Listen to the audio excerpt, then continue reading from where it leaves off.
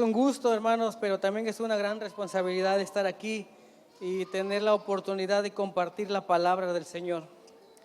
Bueno, comentaba yo con los hermanos de la mañana que tuve un conflicto personal cuando estaba yo preparando esto, porque el Señor me daba capítulo y versículo para compartir, y entonces yo fui a mi Biblia, abrí y me di cuenta que ese capítulo y ese versículo ya estaba subrayado, ya tenía anotaciones, yo me di cuenta que ya lo había usado antes para predicar otra cosa. Entonces yo dije, no, Señor, esto no, porque los hermanos van a pensar que no me sé otro texto. Y me fui a otra cosa. Y el Señor a medianoche me despertó y me dijo, tienes que predicar esto porque hay algo importante que tienen que entender los hermanos, que tienen que aprender los hermanos. Y esta palabra, hermanos, va dirigida para todo el que es padre de familia. Esta palabra va dirigida para todo el que es abuelo o abuela, pero también va especialmente dirigida para todos los jóvenes y señoritas que están en este lugar. Y así es como entonces yo obedientemente regresé a la palabra y empecé a preparar el mensaje de esta tarde. Así que usted también sea obediente, hermano, y vaya a su Biblia, acompáñenme a leer. Vamos a leer Romanos 12. Capítulo y versículo conocido por todos. Romanos 12, vamos a leer los primeros versículos y vamos a tratar de, con la ayuda del Espíritu, entender algo muy importante que el Señor tiene preparado para nosotros. Amén. ¿Ya lo tiene? ¿Puede decir amén cuando ya lo tenga? Amén. Dice así la palabra del Señor. Por lo tanto, hermanos, tomando en cuenta las misericordias de Dios, ruego que cada uno de ustedes en adoración espiritual ofrezcan su cuerpo como sacrificio vivo, santo y agradable a Dios. Y dice el 2, y en este quiero que ponga toda su atención, hermano. No se amolden a este mundo actual, sino sean transformados por medio de la renovación de su mente. Así podrán comprobar cuál es la voluntad de Dios, buena, agradable y perfecta. Así como está, incline su rostro, cierre sus ojos y oremos al Señor. Dios Todopoderoso, te pido que en esta tarde abras nuestros oídos espirituales, Señor. Abre nuestra mente, abre nuestro corazón, abre nuestro espíritu, Señor, para poder entender tu palabra, Señor, para poder entender cada palabra que tú has dejado plasmada en esta escritura y poderlo vivir y poderlo hacerlo real y poderlo compartir con los demás. Padre, úsame, pero también te pido prepara a los hermanos, que ellos entiendan que esto es algo espiritual y que lo tienen que entender en el Espíritu, Padre. En el nombre de Cristo Jesús, amén. Hermanos, estos versículos que acabamos de leer son versículos conocidos que yo sé que muchos de los que están aquí se los saben hasta de memoria, ¿no? Todos los que estamos aquí hemos escuchado por lo menos una vez alguna predicación en donde hablaron de este capítulo y de este versículo. Yo también lo he hecho. Por eso yo decía, Señor, dame otra cosita, que no me vea yo tan repetitivo. Y el Señor ahí en lo profundo de mi recámara me hablaba y me decía, bueno, a ver, en verdad, Ricardo, en verdad, ¿no te has amoldado a este mundo? El Señor me lo decía a mí, de manera personal, en mi pensamiento. En verdad, Ricardo, en verdad, ¿no te has amoldado a los moldes, a los modelos de este mundo? Y yo prácticamente de manera inmediata, así como por reflejo, yo le dije, no, Señor, no. Yo me mantengo firme en tu palabra. Y el Espíritu traía otra pregunta más. Bueno, si no te has amoldado a los modelos de este mundo, a ver, dime cuáles son los modelos de este mundo. Y las mismas preguntas yo quiero hacerles a ustedes en esta tarde. Hermanos, ¿ustedes han escuchado alguna vez alguna enseñanza que hable de Romanos 12:2? No se amolden al mundo actual, sino sean transformados mediante la renovación de su mente. Sí. Y ahora yo les hago la pregunta que el Espíritu Santo me hizo a mí. Hermano, en verdad, a ver, así conscientemente, en verdad, ¿no se han amoldado a este mundo? ¿No hay modelos que les atraen, que les gustan y dicen, como que tantito me quiero parecer a esto? Bueno, si no están amoldados, porque entonces tienen la respuesta de la segunda pregunta. ¿Cuál es el molde de este mundo? ¿Cuál es el modelo de este mundo? ¿Cuáles son los moldes de los que el apóstol Pablo está hablando en este versículo? Y de eso, hermanos, se trata la enseñanza de esta tarde. ¿Cuáles son los moldes de los que el apóstol Pablo le escribe a los romanos y le dice, cuidado con los moldes del mundo? No se amolden a eso, sino que traten que su conciencia sea transformada y restaurada por el poder del Espíritu Santo. El molde de este mundo, del cual Pablo nos está advirtiendo, no es específicamente una lista de pecados explícitos, hermano. Porque pareciera que muchos entendemos esto como que Pablo está diciendo, no te amoldes a este mundo, y te está diciendo, no te vuelvas un pecador explícito. Así como que no tomes, no seas adúltero, no seas fornicario, no seas borracho, no seas idólatra, no robes, no mates, etcétera, etcétera. Porque cuando lo vemos desde ese punto de vista, decimos, no, pues estamos fuera del molde. No somos borrachos, no somos adúlteros, no somos idólatras. Estamos afuera del molde. Entonces, si lo vemos desde ese punto de vista, ya nos libramos. Porque pecadores ya no somos. Pero hermanos, el apóstol Pablo está hablando de una forma de pensamiento. Está hablando de algo más profundo, de algo más delicado, de algo que si tú no te das cuenta que está pasando, puedes acabar peor que los pecadores. Está hablando de una forma de pensamiento arraigada en nuestra mente, a tal forma que dice que eso solo puede cambiar cuando Cristo renueva tu manera de pensar. ¿De qué está hablando el apóstol Pablo? Si no está hablando de una lista de pecados, ¿de qué está hablando? ¿Cuál es el molde del que dice el apóstol Pablo que no nos tenemos que encajar, que amoldar? Hermanos, el apóstol Pablo está hablando de algo que hoy conocemos como cultura. ¿Han escuchado ustedes hablar acerca de la cultura? ¿Qué es la cultura? ¿Saben qué es la cultura? Yo creo que la mayoría sabemos o tenemos una idea de lo que es la cultura. Y la palabra cultura, hermanos, es una palabra muy difícil de explicar porque tiene una variedad de significados y una variedad de connotaciones. Existen muchas formas de cultura y existen muchos significados de la palabra cultura. Pero hoy vamos a simplificarlo en algo. Quiero tomar específicamente una connotación. Y para que me entiendan mejor esto y para que se pueda explicar mejor esto, quiero que nosotros traigamos a nuestra mente una de las palabras que es de donde proviene la palabra cultura y que les va a sonar más familiar y más conocida, que es la palabra agricultura. Levante su mano aquí, ¿quién sabe lo que es la agricultura? El ingeniero agrónomo tiene que saber, ¿no? Y si no saben lo que es agricultura, al rato se quedan a una clase con Emanuel para que les explique lo que es la agricultura. No es cierto. En pocas palabras, hermanos, la agricultura es el trabajo del hombre que hace con sus manos a la tierra para trabajarla, para limpiarla, para sembrarle una semilla, para regarla, para abonarla y que en algún determinado momento la tierra dé fruto. Esa es la agricultura y es una de las palabras de las cuales proviene la palabra cultura o la connotación de cultura que en esta tarde vamos a analizar. Y precisamente, hermanos, la palabra cultura o la connotación de la palabra cultura que hoy vamos a analizar es eso. Aquel trabajo del hombre por sembrar en tu mente y en tu corazón alguna idea, poner ahí una semillita de idea, cultivarla, regarla, sembrarla, trabajarla, hasta que en un determinado momento dé fruto. Y ese fruto que comenzó con una pequeña idea, después se vuelve una creencia. Y esa creencia después se vuelve una forma de vida. Y esa forma de vida después se vuelve tu realidad.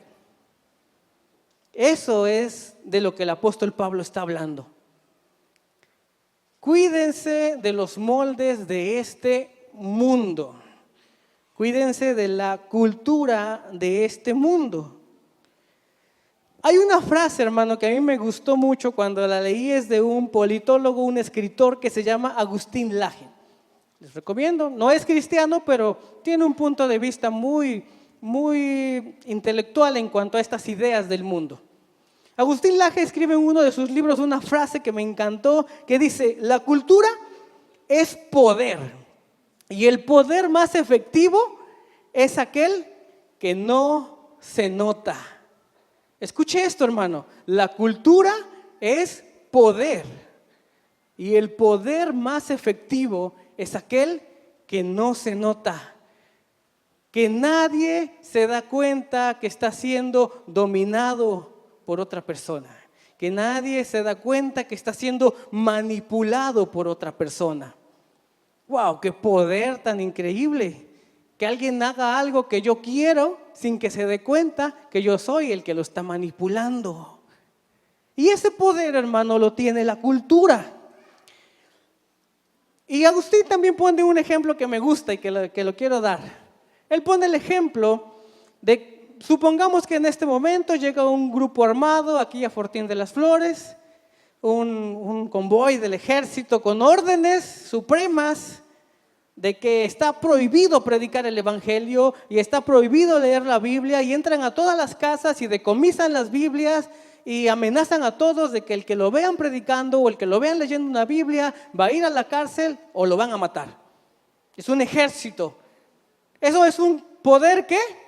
Armado, un poder bélico.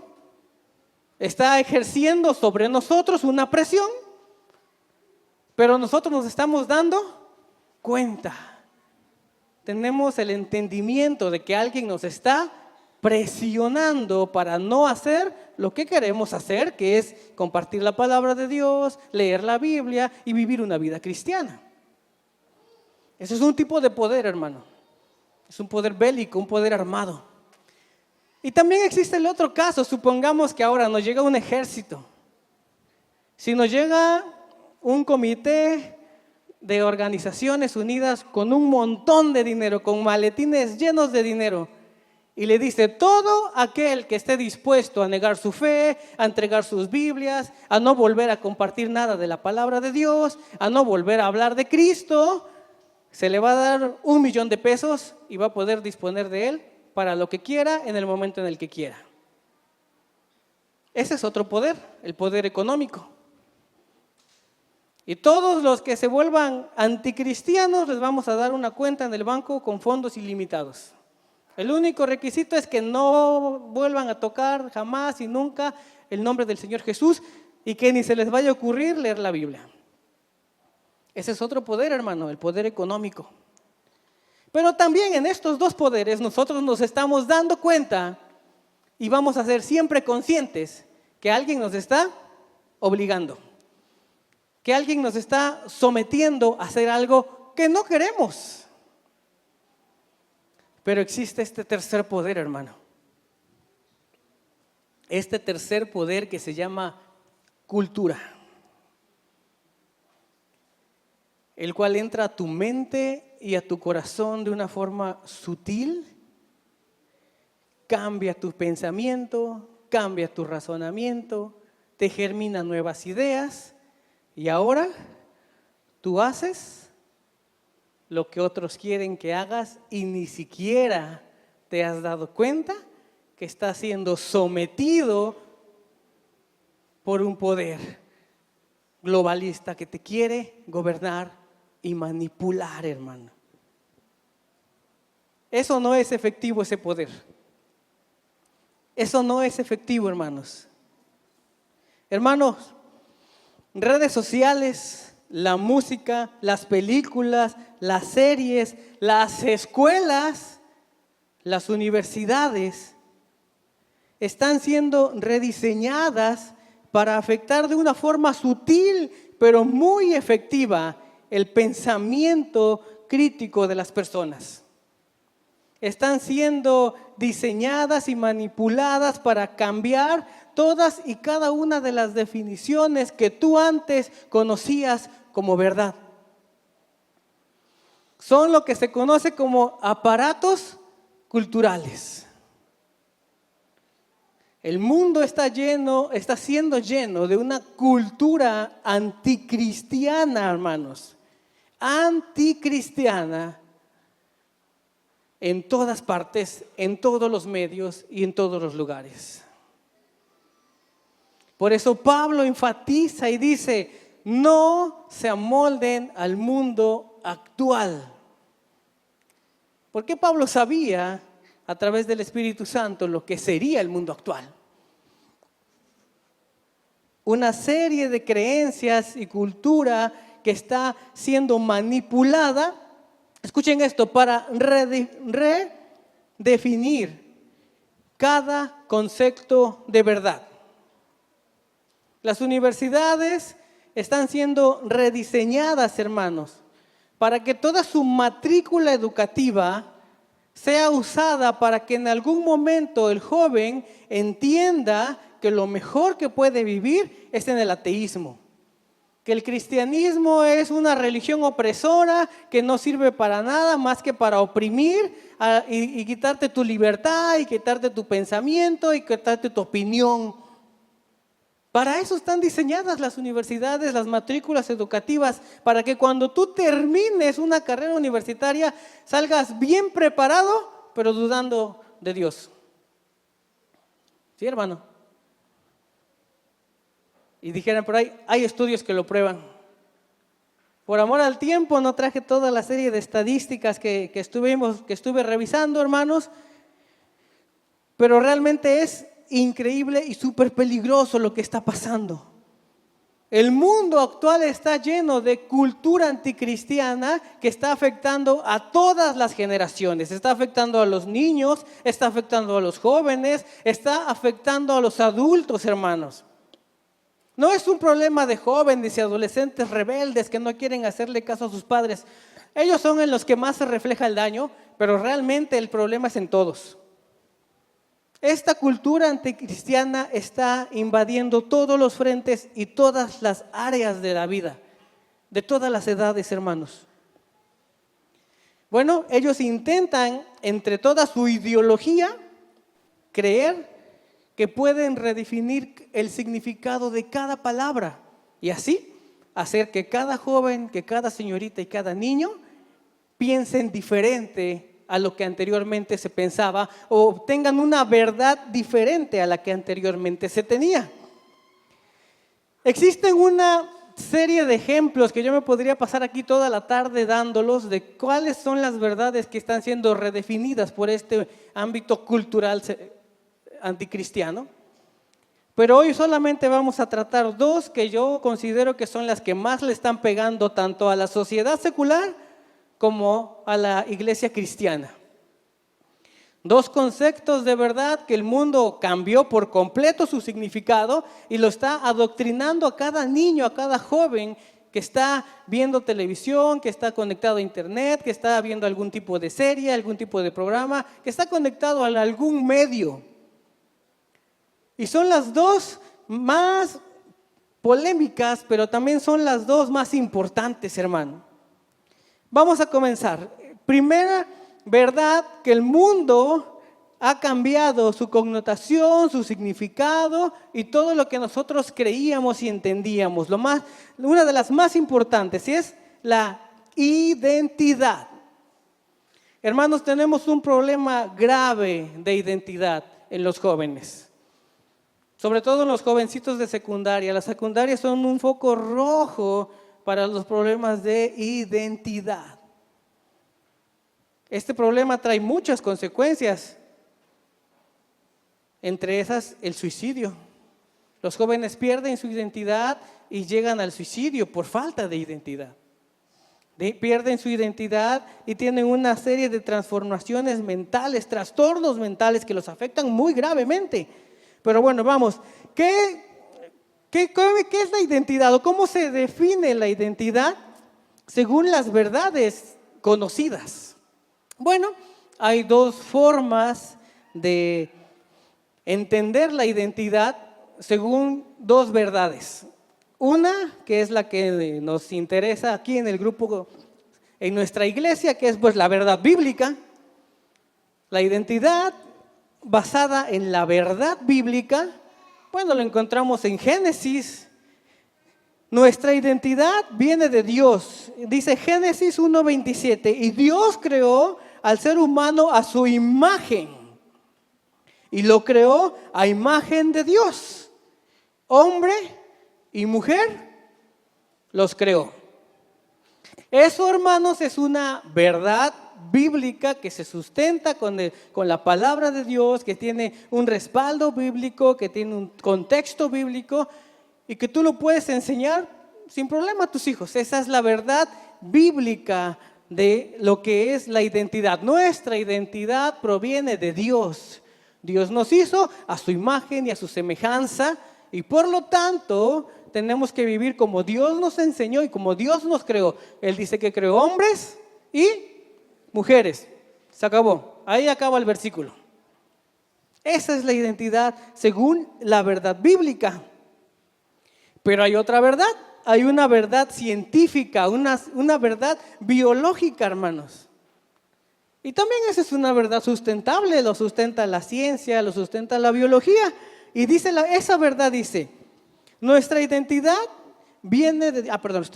Dice, identidad biológica. El ser humano define principalmente su sexualidad o su sexo biológico según sus cromosomas. XY para hombres y XX para mujeres. Esa es una verdad biológica y científica. Está sustentada en la biología, está sustentada con la ciencia y nadie lo puede negar. Pero sabes, para el mundo actual, para el molde que el mundo actual nos quiere vender, esas dos verdades no le sirven. Porque el mundo actual nos quiere vender una mentira. Bueno, entonces los pensadores intelectuales del mundo actual se les ocurrió la magnífica idea de vamos a redefinir el significado de identidad. Y con eso nosotros podemos manipular a todos los que quieran saber cuál es su identidad.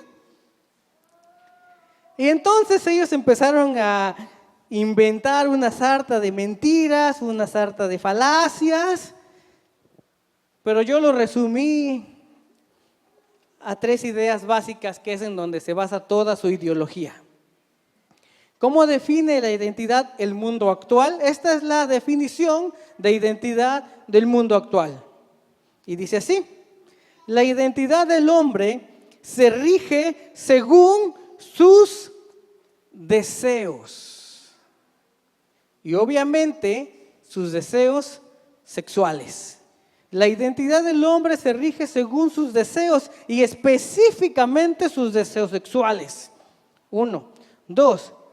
Se rige según sus sentimientos. Lo que ellos desean y lo que ellos sienten. Y 3, y el más importante, se identifican según su autopercepción. Su autopercepción. El mundo nos quiere enseñar que la identidad del ser humano proviene de sus deseos, y específicamente sus deseos sexuales, proviene de sus sentimientos, cómo se sienta él, y proviene de su autopercepción. ¿Esto qué quiere decir, hermano? Que si esa persona se levanta hoy en la mañana muy alegre, muy contenta y se siente una princesa de cuentos encantados, ella va a ser una princesa de cuentos encantados. Y va a andar ahí en su casa sintiéndose Blancanieves y los 7 enanos. Pero si al mediodía esta misma persona se pelea con alguien y se quiere dar un tirito, como decimos nosotros, en ese momento automáticamente se puede autopercibir como hombre y pelearse con quien sea.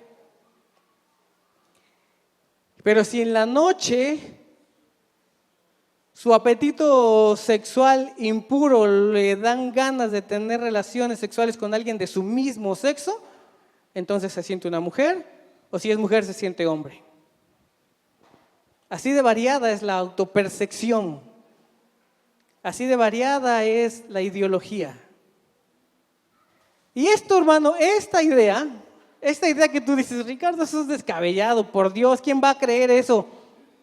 Esta es la idea que se promueve en todos los medios, en todas las redes y en todas las películas, hermano. ¿Alguna vez ha visto alguna serie de Netflix en donde no salga un homosexual? No hay. En todas las series de cualquier página de películas hay un homosexual, hay una lesbiana, hay un ateo, variedad de género. Esto es inocente, hermanos, es algo que se le ocurrió a alguien sin pensarlo o nada más como para ponerle variedad al asunto. No, hermanos. Eso es un adoctrinamiento cultural que este mundo está preparando para poder robarse la vida y la atención de tus hijos, de tus nietos y de tus familiares, incluso tu propia vida, hermano. Así que nosotros, hermano, tenemos que tener mucho cuidado en qué es lo que nuestros hijos ven y qué es lo que nuestros hijos piensan. Pero hay algo más delicado todavía, hermano. El mundo se ha encargado de redefinir otra idea que también es muy importante, hermanos. El concepto o lo que nosotros entendemos como salvación y esperanza. También el mundo se dio a la labor de afectar y redefinir qué es la salvación y qué es la esperanza. Ahora veamos primeramente cuál es la verdad, cuál es la salvación y cuál es la esperanza. Y yo le pregunto a usted, ¿cuál es su esperanza, hermano? A ver, como si se lo creyera. ¿Cuál es su esperanza? Cristo. Nuestra esperanza está en Cristo. Y ahora le pregunto, ¿cuál es su salvación? Cristo. Nuestra esperanza y nuestra salvación proviene de Cristo Jesús. La salvación proviene de Él gracias a la muerte y resurrección en la cruz del Calvario. Y esta verdad la respalda la Escritura, Hechos 4:12.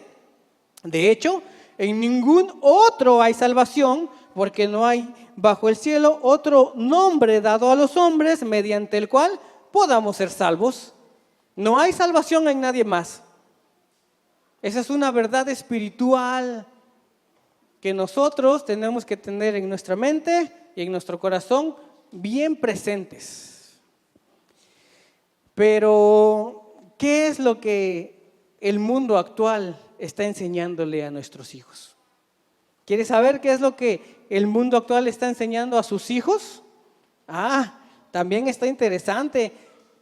Y de hecho así se escucha padre, hermano. Yo cuando lo estuve leyendo casi me convencen. No es cierto. Se escucha padre lo que el mundo redefinió como salvación y esperanza. Escuchen esto. Busca dentro de ti. Sigue tus pensamientos. Aférrate a tus sueños. Solo tú puedes salvarte.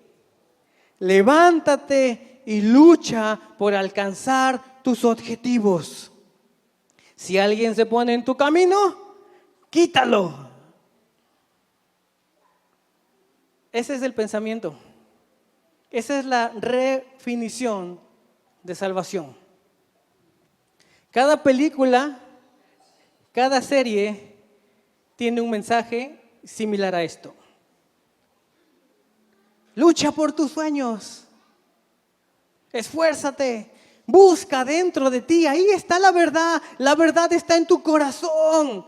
No necesitas la Biblia, no necesitas escuchar a tus pastores, no necesitas escuchar a tus padres. Ahí dentro de ti, ahí está la verdad en tu corazón. Escucha tu corazón, a donde tu corazón te lleve. Y te digo algo, querido joven, tu corazón te va a llevar al pecado, a la maldad y al infierno. Porque engañoso es el corazón más que toda lengua. Pero el mundo se la pasa repitiéndole a tus hijos, a nuestros jóvenes y a nosotros mismos a través de la música, a través de redes sociales, a través de todos esos motivadores que salen ahí con miles de seguidores. Tú puedes hacerlo, está dentro de ti. Sigue tus sueños, sigue tus metas, dejando a un lado a Cristo Jesús como Señor y Salvador. Y tú vas a decir, no creo, Ricardo, no es para tanto, yo creo que estás exagerando. Hermanos, preparando esta enseñanza estuve viendo alguna serie de documentales, de enseñanzas, de estadísticas, y hubo algo que me espantó, hermanos.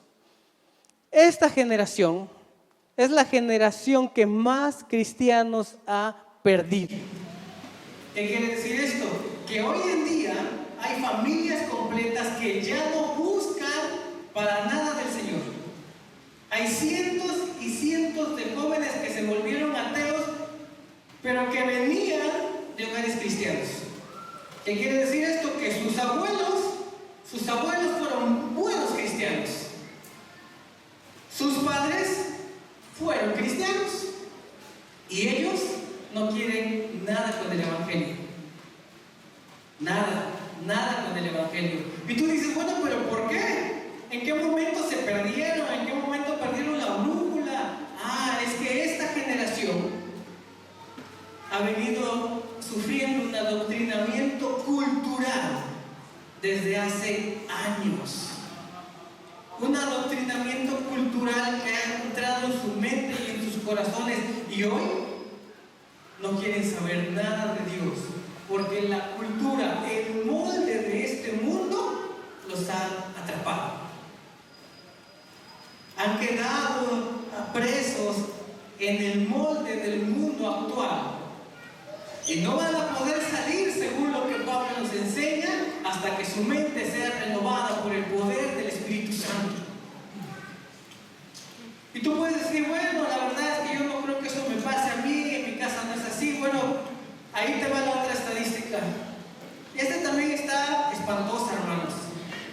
Porque esta estadística no solo fue hecha en hogares seculares, sino también fue hecha en hogares cristianos.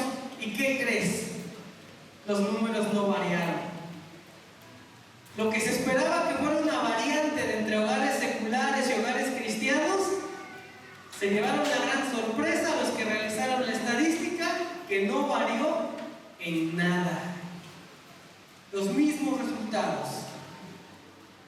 Consumo de pantallas, de tiempo en redes sociales y del famosísimo mundo virtual entre jóvenes de 12 a 17 años. Bueno, la estadística dice que hace 8 años, hermano, hace 8 años, cuando esto apenas empezaba a tener un revuelo, el promedio que un joven de entre 12 y 17 años pasaba al día frente a una pantalla, llámese teléfono celular, tablet, laptop, televisión, cualquier tipo de pantalla, cualquier tipo de aparato digital que tenga una pantalla, el tiempo que un joven de entre 12 y 17 años pasaba hace 8 años era un promedio de 3 horas al día. 3 horas al día estaban ahí nuestros chiquitos, nuestros jóvenes ahí embobados. 3 horas. Se pasa, ¿no? Hace 8 años esto fue así. Antes de la pandemia, se hace nuevamente este estudio y el promedio ya se había multiplicado. Antes de pandemia, los jóvenes entre 12 y 17 años pasaban 6 horas al día frente a una pantalla, embobados, siendo adoctrinados por lo que se enseñaba en esas pantallas. 6 horas. Y después nos pega la pandemia, todos nos encerramos en nuestras casas Llega a México el famosísimo TikTok y esto se detona, hermanos. En pandemia se hace un estudio nuevamente. Esto ya se está haciendo casi a finales de la pandemia. Y el resultado arroja lo siguiente: 10.5 horas al día pasa un joven de entre 12 y 17 años frente a una pantalla, principalmente smartphone o teléfono celular. 10.5, 10 horas y media.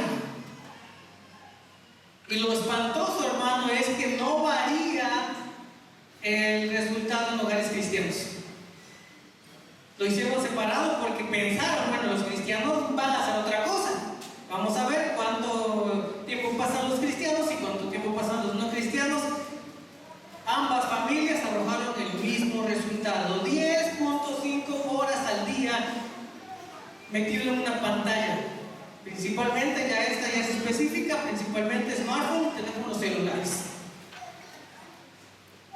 Y bueno, pasó la pandemia, se tranquilizó todo, ahora sí todos a la escuela, ahora sí todos a la oficina, ahora sí todos a la calle. ¿Y qué creyeron que iba a pasar? Bueno, pues ahora sí ya tienen que hacer. Vamos a ver otra vez, vamos a hacer la encuesta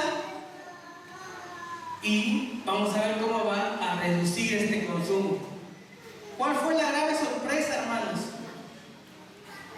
Que este consumo no bajó. No bajó. Se fue la pandemia, todos se fueron a hacer sus labores que cotidianamente hacían, hacen el estudio para ver qué tanto había bajado y nos llevamos la sorpresa que no bajó, sino que subió el punto 5. Ahora un joven de entre 12 y 17 años, hoy en día, un joven entre 12 y 17 años pasa un promedio de 11 horas al día deslizando la pantalla de su celular y siendo adoctrinado, hermano, por la corriente de este mundo, amoldando su manera de pensar, su manera de razonar, su manera de contestar, su manera de opinar, su manera de votar a la corriente de este mundo.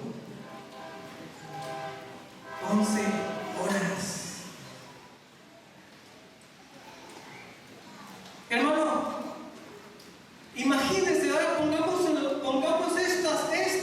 estas cifras en una balanza y veamos cómo 11 horas de adoctrinamiento secular en el mundo contra 40 minutos de predicación un domingo por la tarde o por la mañana, según sea su caso.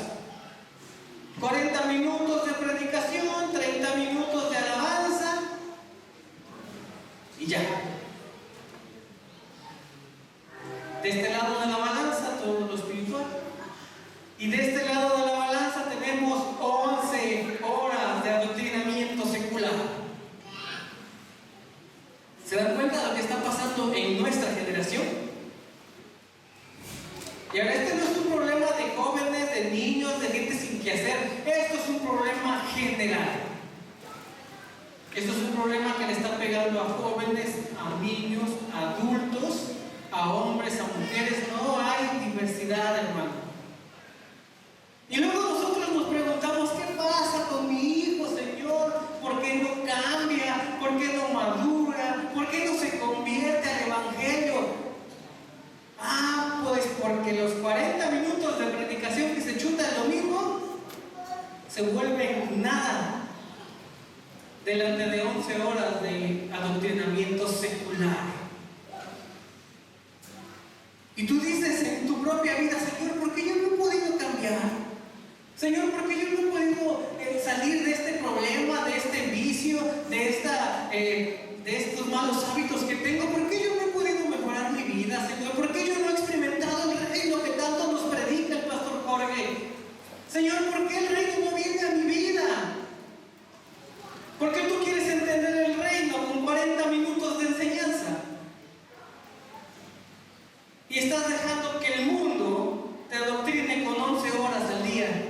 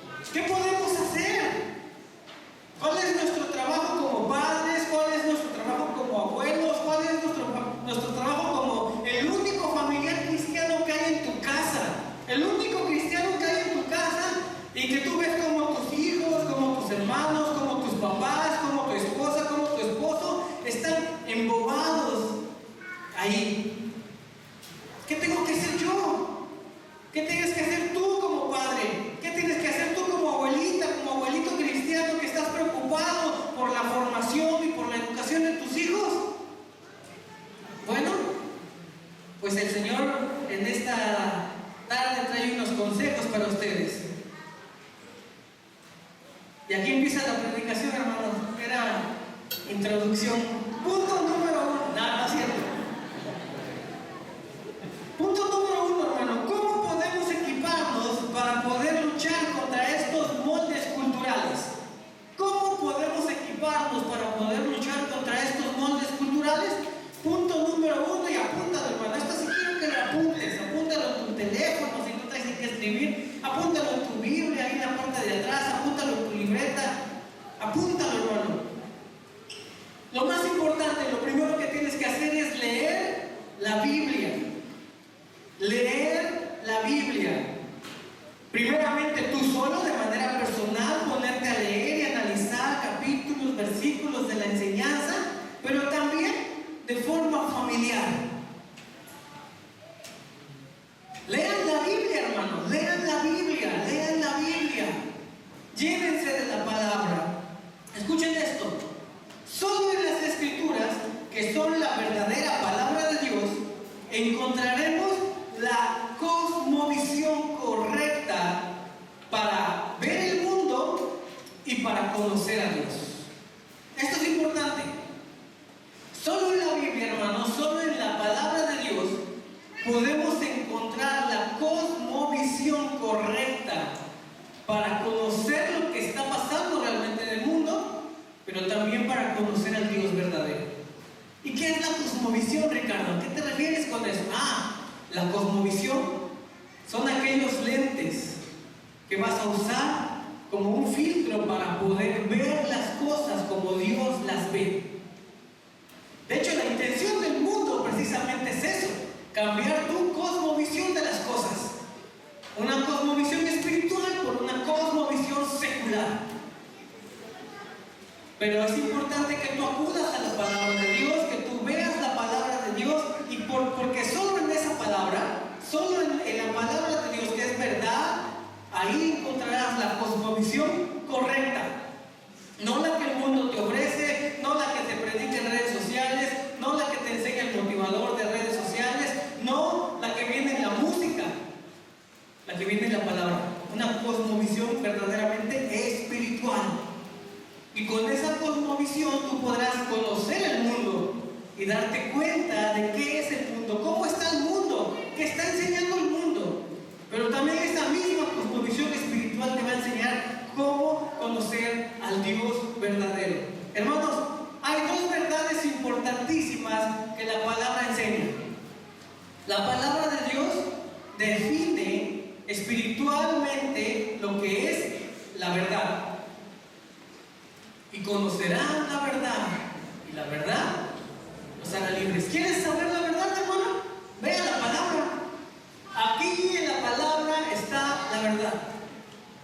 No te dejes engañar por el mundo. Ve tú y compruébalo. Vea la palabra y comprueba la verdad. Pero hay otra cosa importante que vas a encontrar en la palabra: la definición correcta y espiritual de lo que es la justicia. Hermanos, este mundo está siendo cautivado por una corriente que no vamos a hablar hoy de ella, pero sí me gustaría que en otro momento tocar el tema, que se llama marxismo cultural. Y el marxismo cultural divide a la sociedad en dos partes: los oprimidos y los opresores. Y ellos nos enseñan que todos somos unos pobres oprimidos. ¿Quieres saber lo que es la justicia realmente? Vea la palabra. La palabra de Dios define la justicia como debe de ser: buscar primeramente el reino de Dios y su justicia. El reino de los cielos se parece a un rey que un día llamó a cuentas. ¿Se acuerdan? Todos los que vivieron historias en su casa esta semana. La justicia está en la palabra. Que el mundo no te engañe con sus falsas definiciones de justicia social. ¿Quieres saber qué es la justicia? Vea la palabra. ¿Quieres saber qué es Ok, vamos, punto número 2. Conversen con sus hijos las ideas que les vende el mundo. ¿Quieres luchar esta batalla cultural, espiritual? Bueno, conversa con tus hijos las ideas que el mundo les está vendiendo, hermano. No, Ricardo, ¿cómo crees? Si los únicos amigos de mi hijo son Luis y Mike, Alan, puro niño espiritual. ¿Qué va a tener malas ideas mi hijo? No, hermano. No. Ojalá que así fuera, pero estoy seguro que no es así. Es un error. Escuche, hermano, escuche esto. Es un error dar por hecho que nuestros hijos no están siendo influenciados por la cultura del mundo. Es un completo error creer que nuestros hijos están en una burbuja de cristal y que el mundo no los está tocando. No es cierto. No es cierto. ¿Conoces quién le está dando clases a tu hijo en su salón de primaria? ¿Conoces al maestro? ¿Conoces a la maestra? ¿Has platicado con ella? ¿Sabes qué ideologías tiene? ¿Estás 100% seguro que el maestro con el que tu hijo platica y le cuenta sus cosas y le pide consejos no es un ateo? ¿O no es un homosexual que se está conteniendo para que no se vea porque está en la escuela trabajando? Entonces, pues en la escuela tiene que portarse varonil, pero que en realidad está enseñando cosas que no debe. ¿Sabes qué platica con sus demás compañeritos en el salón de clases? ¿Lo sabes? Es un error muy grande creer que mis hijos, que nuestros hijos, que nuestras generaciones no están siendo bombardeadas por ideologías del mundo, hermano. No. Tienes que sentarte a platicar con tus hijos y escarbar en su mente. A ver, ¿cómo te fue en la escuela? ¿De qué hablaron? ¿Qué te contó tu maestro? ¿Qué te enseñó tu maestro o tu maestra? ¿Qué te contaron tus amiguitos? ¿Qué pasó entre ustedes? ¿Qué pasó cuando no estaba el maestro en clase? ¿Qué pasó en el recreo? ¿A qué jugaron? ¿Qué hicieron cuando fueron al baño? ¿Qué pasó en el baño? Es un error, hermano, creer que tu hijo está en una burbuja de cristal y que porque está chiquito, porque va a la primaria del pueblo, hermano. ¿Qué de malo puede haber en la primaria del pueblo? No, hermano, sí hay. Está grave, hermano. No seamos consumidores pasivos de cultura. Al contrario, analicemos y critiquemos cada idea del mundo, derribándola con la verdad que es la palabra de Dios. Hermanos, esto es importante. Nuestros hijos están siendo bombardeados de diferentes frentes. No hay una sola caricatura, no hay una sola película, no hay una sola serie, hermano, en la que no haya sido planeada o escrita por una persona que está influenciada por estas corrientes. Hermanos, ¿alguien ha leído los nuevos libros de la escuela mexicana? Tú dices, ¿cómo hasta allá llegamos? Sí, hasta allá llegamos. Échenle una leidita, hermano. No puedo mencionar muchas cosas porque la transmisión se pasa por YouTube y no quiero que la bajen. Pero échenle una leidita. Si su hijo va a escuela de gobierno, échenle una leidita a los libros de quinto y sexto de la nueva escuela mexicana, para que se dé cuenta de hasta dónde llega la ideología de género y las ideologías del mundo y las mentiras del mundo. Y nosotros creemos que nuestros hijos tienen puro amiguito cristiano y que ¿cómo crees que eso le va a pasar a mi chiquito bebé? Están bombardeando, hermano. Lo están bombardeando. Punto número 3, hermano. Anote también esto. Vivan el verdadero evangelio en casa. ¿No quieres que influenciado por el mundo, hermano? Entonces vive el verdadero evangelio en casa.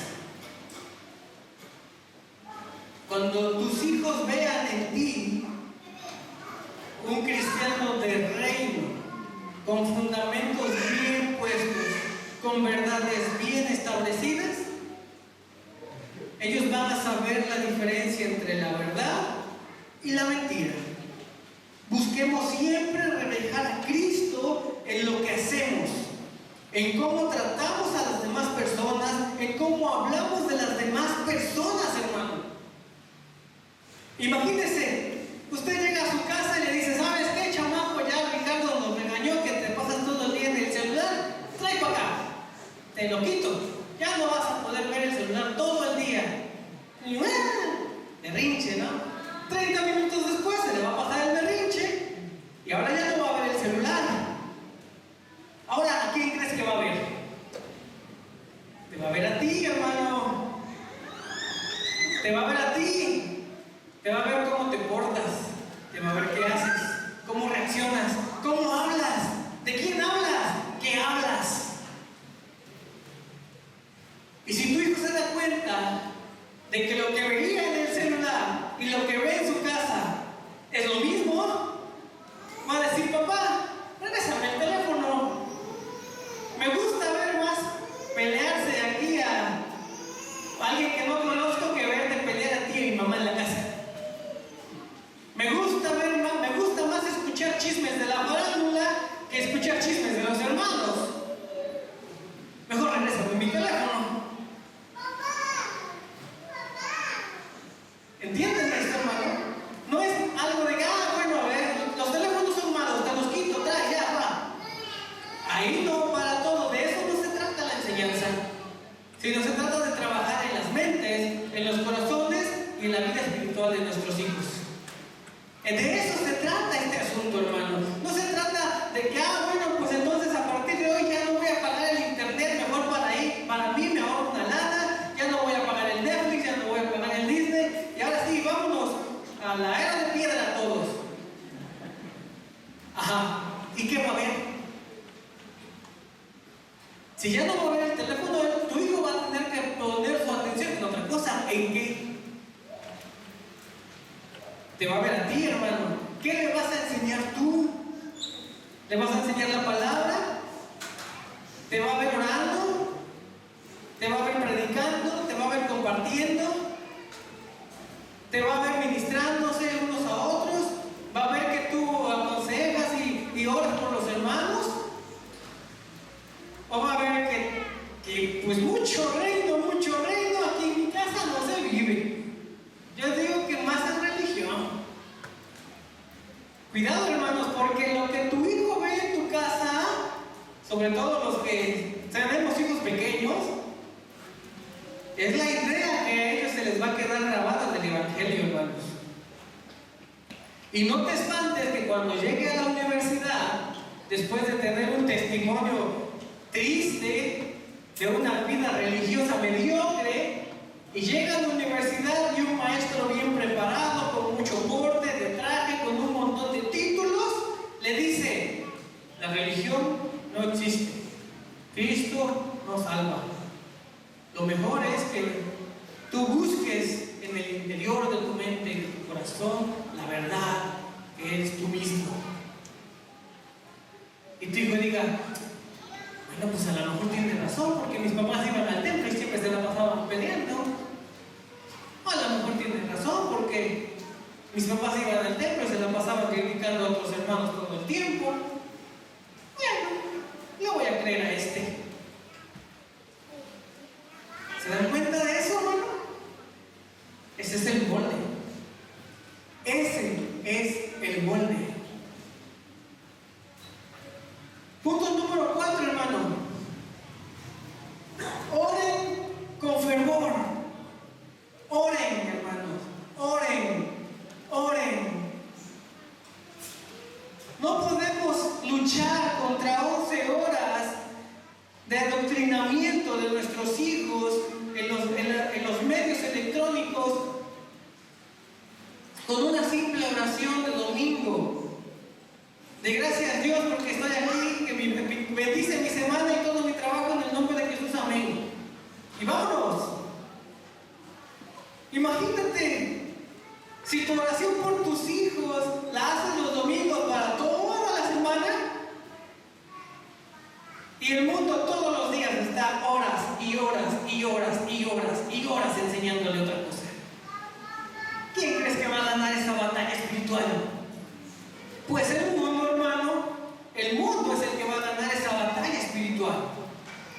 Tienes que orar por tus hijos, tienes que orar por los jóvenes. El poder del arrepentimiento y el perdón de pecados proviene de la obra del Espíritu Santo, hermano.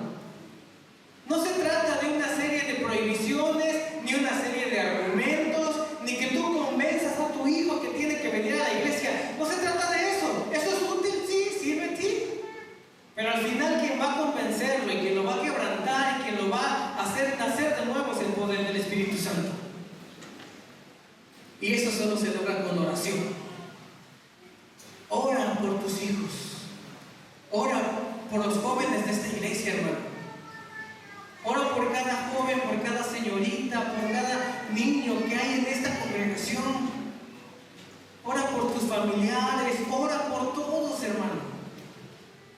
Porque la oración es nuestra arma para luchar esa batalla espiritual que se está llevando en este mundo. Si tú no oras, el poder del Espíritu Santo va a estar ahí esperando que tú hagas algo y está ahí esperando que tú le quites el teléfono de las manos para que él pueda orar. Hermanos, esto es muy, muy importante. Esto es algo que no es simplemente una forma nueva de estudiar, ni una forma nueva de vivir, ni una forma nueva de ver las cosas. Esto es una forma de pensamiento que está aquí para manipular y para destruir nuestras generaciones.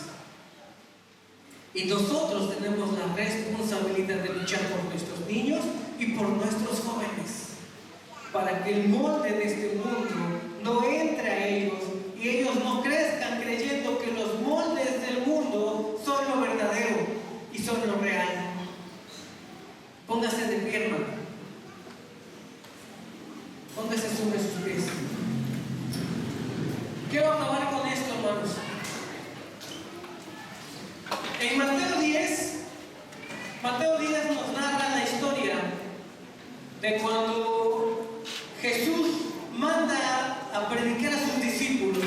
Por primera vez, Jesús manda a predicar a sus discípulos sin que Él vaya con ellos. Entonces los reúne, Mateo 10 narra todo esto, los reúne y dice la palabra que les da poder. Y después de darles poder, les da una serie de indicaciones. Vayan, sanen enfermos, liberen demonios, busquen a las ovejas descarriadas. Pero en el versículo 16, el Señor Jesús les da una recomendación que Él ponía muy fuerte también para esta enseñanza. El versículo 16 de Mateo 10 dice: los envío como ovejas en medio de lobos. Por tanto, sean astutos como serpientes y sencillos como palomas. Astutos como serpientes y sencillos como palomas. Hermanos, nadie va a venir a quitarnos las Biblias con un arma en la mano. Y por más que quieras, nadie te va a pagar por no leer la Biblia. Eso era un ejemplo. Pero sí, hay toda una maquinaria que de manera astuta y sutil te está quitando el tiempo. Te está atrapando en un molde que tú ni siquiera sabías que existía. Y está cautivando tu mente y tu corazón, sembrándole ideas que pareciera que hoy son insignificantes e inocentes, pero que tal vez en 10 años tus hijos las vivan. Y si tú no quieres en 10 años perder tu generación, y si tú no quieres en 10 años lamentar que tus hijos se hayan desviado del camino de la verdad, que hayan tomado otras ideologías, que hayan cambiado su manera de pensar, que hayan cambiado su manera de vivir por la que el mundo ofrece, el momento es hoy. Porque allá afuera hay un montón de gente regando la semilla de la ideología del mundo. El momento es hoy, hermanos. Hoy es el día en el que tú tienes que ser astuto como serpiente y sencillo como paloma, para poner esto en práctica, para poder poner la palabra en práctica. Oremos al Señor porque esto pase y que Él nos ayude a entender esto.